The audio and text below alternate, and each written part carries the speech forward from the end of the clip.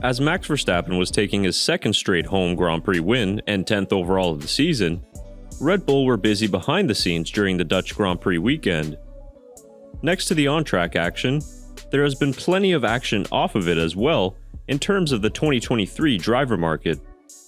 Helmut Marko and Red Bull were busy negotiating one of the big puzzle pieces of that driver market in Zandvoort as they seek to find a replacement for the Alpine-bound Pierre Gasly.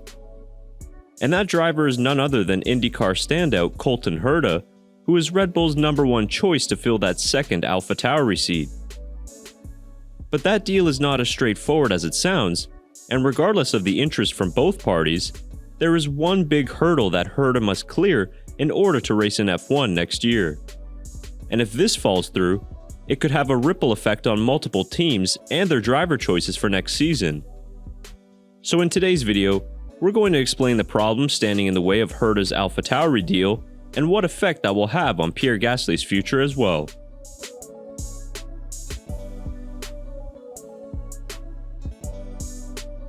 Red Bull made it clear that an agreement had been reached between them and Colton Herta's management on an F1 drive for 2023. But the issue at hand is something that has hampered Herta's F1 chances in the past.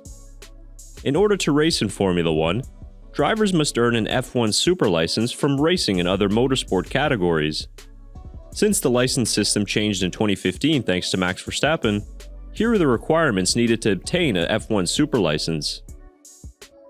First, you need to be at least 18 years of old, obtain a full valid driving license, hold an international Grade A competition license, pass a mandatory test in the F1 sporting regulations, complete at least 300 kilometers worth of testing in a recent F1 car, 2 years of racing, and finally, obtain at least 40 points in the super license point system.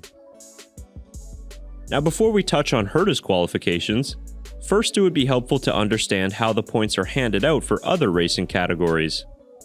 In what is a hot topic debate, IndyCar does not earn as many super license points due to the fact that it is not FIA sanctioned and not as highly regarded. Therefore, drivers finishing outside of the top 2 in the championship earn far less points than their F2 counterparts. As far as Colton Herta is concerned, he does have some European racing experience, as he was actually Lando Norris's British F4 teammate in 2015. Herta is expected to finish 2022 with only 32 out of 40 super license points, as he sits 8th in the IndyCar Championship with 1 race remaining. Although Herta can gain super license points through free practice sessions, he currently is not scheduled to participate in F1 practices this year. Herta's move to Alpha Tauri in 2023 hinges on a potential exemption from the FIA to give the 22-year-old American a super license for next season. When speaking about the chances of this happening, Red Bull's Helmut Marko said, quote, "It's nothing unreasonable. He won 7 IndyCar races. That's comparable to Grand Prix races. So it would be a shame if he wouldn't get the super license." But this potential rules break angered some of F1 team principals, with Haas's Günther Steiner not a fan of the idea, saying, quote, "If we don't respect our own rules and try to find ways around it, I don't think that's correct. I mean, we could then apply that to other things as well."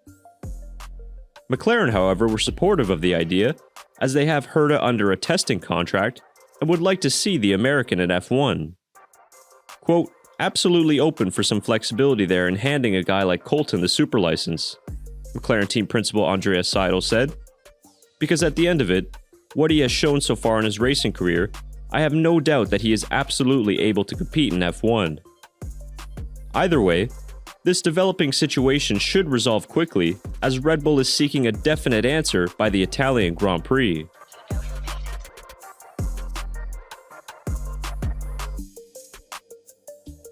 Fernando Alonso kicked off one of the busiest silly seasons in recent memory with his decision to leave Alpine for Aston Martin. After weeks of contract debacles and drama, Alpine now have confirmation that Oscar Piastri is no longer theirs, and the second Alpine seat is open. So enter Pierre Gasly, a French driver driving for a works French team, and finally a fresh start outside of the Red Bull family. Sounds good, right? Well, Gasly's move to Alpine all hinges on Colton Herta's ability to obtain his super license. As Christian Horner said post-Dutch GP, quote, "Pierre is doing a good job in Alpha Tauri. There would not be a desire to change if there was not an interesting option available. If the option is not there, the other triggers will not come into play." Red Bull have made it clear that they are happy to let Pierre Gasly go, but only if their number one choice Herta is able to take his place. Without this, Red Bull would retain Gasly at Alpha Tauri, who already had a contract with the team for 2023. This would in turn leave Alpine in a further dilemma of having to find another driver after seeing two potential replacements slip through their hands. With an exciting IndyCar prospect potentially joining F1 and Gasly moving to a new team, there's a lot of folks around the F1 world hoping for this deal to go through. The 2023 F1 driver market has been quite the show so far, and it seems like the driver merry-go-round might be gaining speed as we head into Monza. So what do you think of Colton Herta joining Alpha Tauri, and do you think the FIA should give him a super license? Leave your thoughts in the comment section below, and make sure to like this video and subscribe to the channel for more F1 content.